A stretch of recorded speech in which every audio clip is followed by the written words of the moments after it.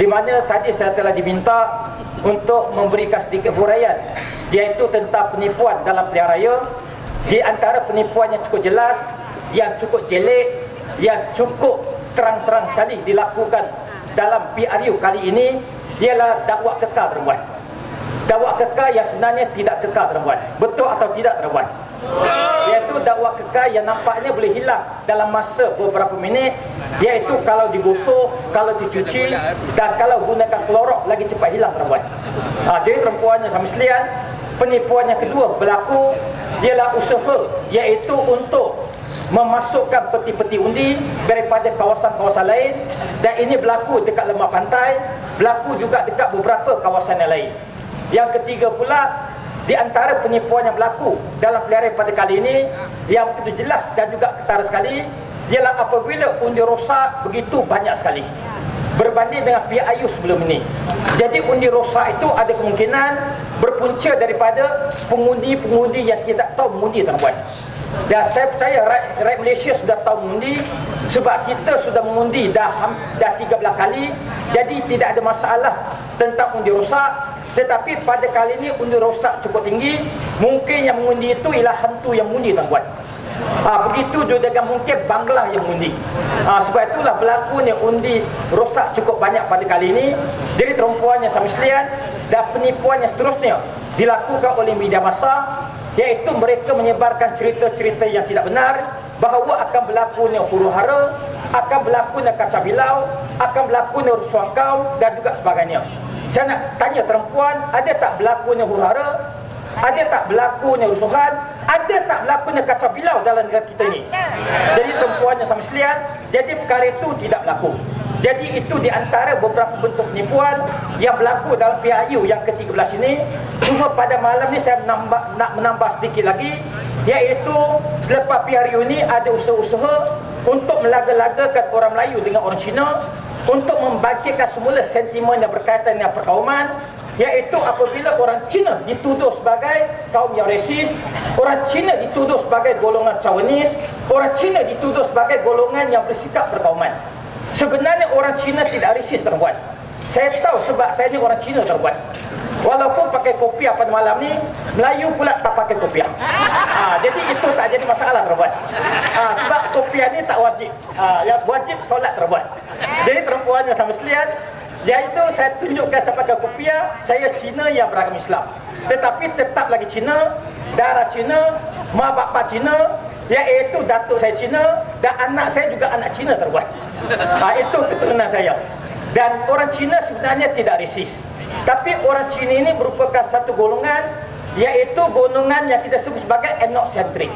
Etnosentrik ni dalam kajian sosiologi, maksudnya orang Cina itu, iaitu dia taksub kepada budaya dia, dia taksub kepada warisan dia, dia taksub kepada tradisi dia. Dan itu perkara biasa tuan-puan.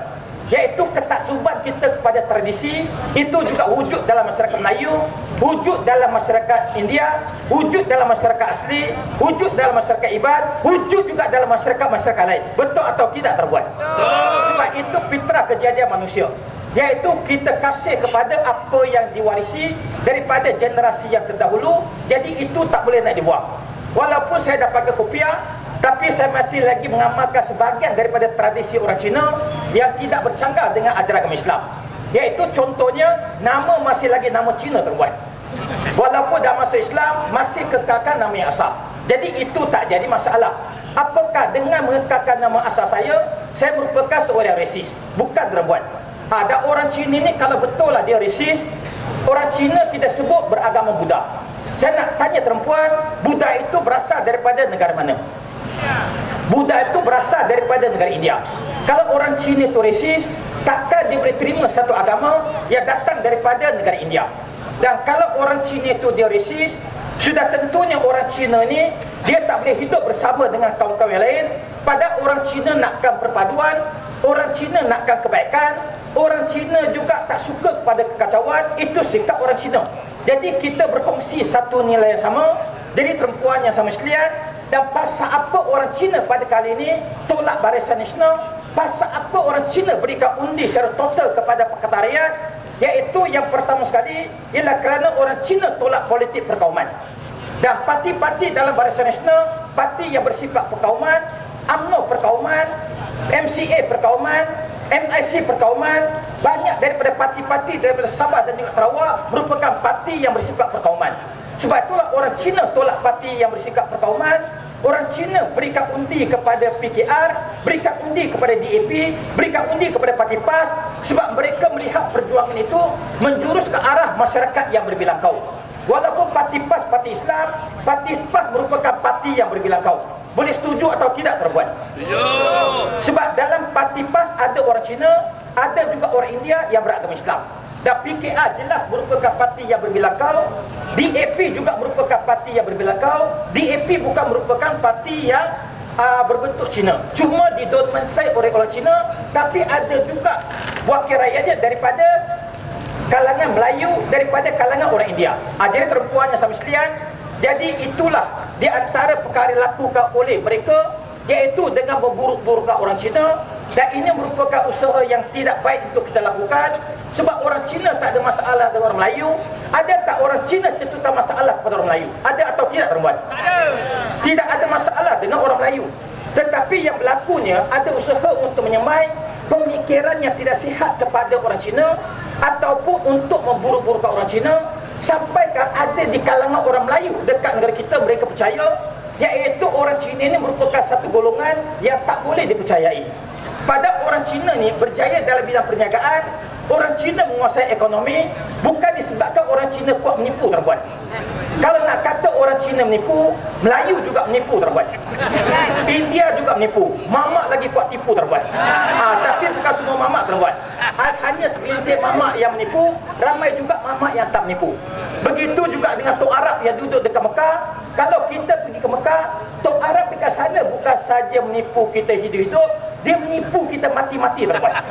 Ini berlaku dalam semua masyarakat. Dan kalau betul lah orang Cina itu menipu dalam bidang perniagaan, berjaya dalam bidang ekonomi, saya nak tanya tuan-tuan, orang Cina tangkap ikan, orang Melayu tangkap ikan. Orang Cina jadi nelayan, Melayu juga jadi nelayan. Dan kenapa nelayan Cina boleh berjaya?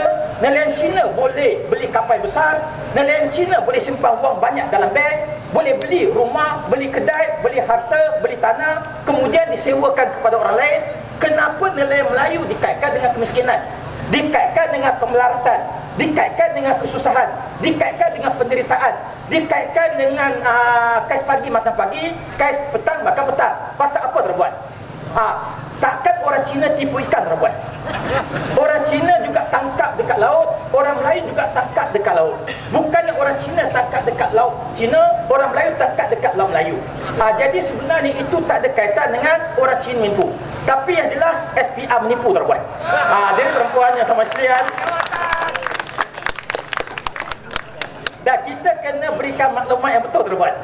Iaitu pasal apa orang Cina tolak Barisan Nasional pada kali ini, selain daripada mereka tidak sokong parti yang berbentuk perkauman, iaitu silapnya Parti UMNO apabila mereka jadikan Perkasa dan juga mereka jadikan Jati, iaitu beras Jati, sebagai kuda tunggangan dia. Dan kita tengok Perkasa mainkan isu yang berbentuk perkauman, iaitu isu kemelaluan secara keterlaluan. Sebab itulah orang Cina dia perhatikan dan dia tolak Perkasa, dia tolak Jati, dia tolak NGO-NGO yang berbentuk perkauman. Jadi perempuan yang sama sekalian, di mana orang Cina ni insya-Allah, iaitu walaupun berbagai tuduhan dilemparkan kepada mereka, semakin kuat tuduhan kepada mereka, orang Cina bukan saja akan tetap berikan sokongan kepada Pakatan Rakyat. Kita yakin bahawa PRU yang ke-14, orang Cina mungkin akan sokong Pakatan Rakyat 100%. Kalau tak 100%, mereka akan pastikan Pakatan Rakyat menang, tuan-tuan. Jadi perempuan yang sama sekalian, dan orang Cina ni kita biasa berjumpa dengan dia. Tapi disebabkan kita tak kenal dengan orang Cina, maka bukan saja berlakunya salah faham, kita memusuhi apa yang kita tak kenal. Sedangkan kalau kita baca Al-Quran, dalam Al-Quran ada ayat yang menyentuh bahawa manusia dijadikan berbangsa-bangsa untuk kita kenal mengenal di antara satu sama lain. Sebab itulah kita kena berusaha untuk kenal dengan orang Cina. Dan sebab itulah orang Cina ini bersikap terbuka. Orang Cina matang dalam berpolitik. Mereka mempunyai kesedaran yang cukup tinggi dalam hal-hal yang berkaitan dengan isu semasa, yang berkaitan dengan kemasyarakatan, yang berkaitan dengan apa yang berlaku dalam negara kita ini. Jadi perempuan yang sama sekalian, walaupun kita biasa bercampur dengan Cina, Saya ramai di antara kita ni tak berapa nak kenal dengan orang Cina. Pasal apa? Kita kenal orang Cina dari segi fizikal, tapi kita tak kenal orang Cina dari segi latar belakang dia. Saya Cina ni ada berbagai-bagai suku. Macam juga orang Jawa. Orang Jawa pun ada berbagai-bagai suku. Sebab itulah berlakunya perubahan dekat Johor, sebab orang Jawa mulai berubah. Dan berlakunya perubahan pada orang Cina sebab ada suku-suku orang Cina yang sebelum itu susah nak berubah juga telah berubah. Dan orang Cina dekat Malaysia ni sekurang-kurangnya ada 14 suku, iaitu ada Cina Hokkien, Cina Cantonese, Cina Hakka, Cina Teochew, Cina Highlam, Cina Hokkien, Cina Fuchao, Cina Kongsai, bukan Pangsai tuan-tuan. Lepas tu kita ada Cina Honan, Cina Chaoan, Cina Henghua, kita juga ada Cina Shanghai dan juga sebagainya. Dan daripada kesemua Cina ni, setiap Cina ni berbeza. Cina dekat Sarawak tu, terutama dekat sebelah Sibu, sebelah Bintulu, sebelah Biru, sana banyak Cina Fuchao. Yang duduk dekat Kuala Lumpur banyak Cina Cantonese. Yang duduk dekat Kelang banyak Cina Hokkien. Tapi saya bukan Cantonese, saya bukan Hokkien, saya bukan Hakka, saya Cina Highlam terbuat. Kalau kita perhatikan, yang banyak buat perubahan sekarang ini ialah daripada kalangan Cina Fuchao yang duduk dekat Sabah dan juga Sarawak. Sebab daripada semua orang Cina ni, Cina Fuchao yang paling keras, Cina Fuchao yang paling degil, Cina Fuchao yang paling garang, Cina Fuchao yang paling keras kepala, Cina Fuchao Cina yang paling suka cari gaduh, Cina Fuchao paling keras hati, itu Cina Fuchao. Dan daripada kesemua orang Cina ini, Cina yang paling lembut, Cina yang paling halus ialah Cina Highlam terbuat. Saya Cina Highlam terbuat. Cakap saja kasar tapi hati lembut terbuat. Sebab itulah Cina Highlam banyak masuk agama Islam. Tapi kalau Cina Fuchao sudah berubah, dan itulah perubahan yang berlaku pada PRU pada kali ini. Walaupun mereka cuba menipu, tapi penipuan mereka tidak berjaya, penipuan mereka tidak menjadi, dan penipuan mereka semakin terbongkar daripada sehari ke sehari. Sebab itulah kita berkeyakinan bahawa rakyat semakin sedar dan rakyat akan terus bersama dengan perjuangan untuk melakukan perubahan, untuk memastikan supaya keadilan dapat kita tegakkan, supaya Pakatan Rakyat dapat diberikan peluang untuk memerintah negara Malaysia ini. Jadi tuan-tuan yang sekalian, dan saya rasa cukup kadar ini sebab saya terlupa, rupa-rupanya ini talk show bukannya ceramah. Dan saya mengingatkan diri saya bahawa kita masih lagi mempunyai banyak ahli-ahli panel lain untuk memberikan buah fikiran dia. Dan saya sebelum berlakunya proses pengundian, saya ada buat sedikit tinjauan, iaitu sebagai orang sosiologi, saya ada buat tinjauan di kalangan orang-orang Cina, iaitu orang Cina itu dia dah tak kata undi itu rahsia, tapi orang Melayu masih lagi merahsiakan undi dia. Betul atau tidak tuan-tuan?